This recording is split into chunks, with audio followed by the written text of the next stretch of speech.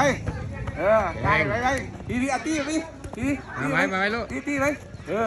เก่งหลายไปมาไปเบสิกพื้นฐานด้วยไป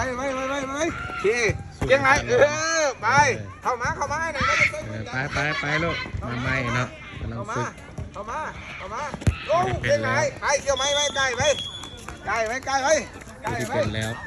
เก่งหลายไปทีเส้นมือจับเก่งไปไปอันอาจารย์ให้อย่างลูกไปอันสบายดีเลยแม่ลูกสบายดีกองเลยคนล่อเนี่ยเนาะฮะครัวเวียดได้แล้ววะฮันครัวเวียดแล้ววะยังใกล้แล้วใกล้จะแล้วจะได้ไปกินอาหารครัวเวียดอยู่ฮันใหม่แล้ววะได้สบายดีได้ไปผู้ใดเข้ากองไปคนล่อเนาะอาจารย์ให้ไปกินน้ำดิอาจารย์ให้ไปกินน้ำดิลูกนะอาจารย์ให้ไปกินน้ำดิสบายดีกองเลยเห็นกองสบายดีกองเลยสบายดีเลยลูก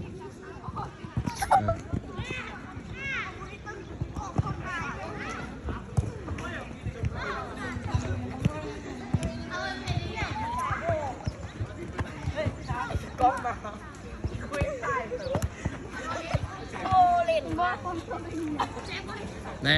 เห็นอย่างเห็นกล้องต้องเห็นอย่างลูกสบายดี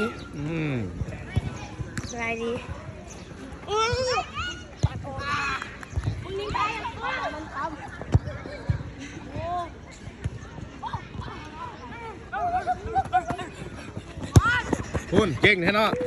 เวลาไล่กันนี่เนาะเก่งเนาะ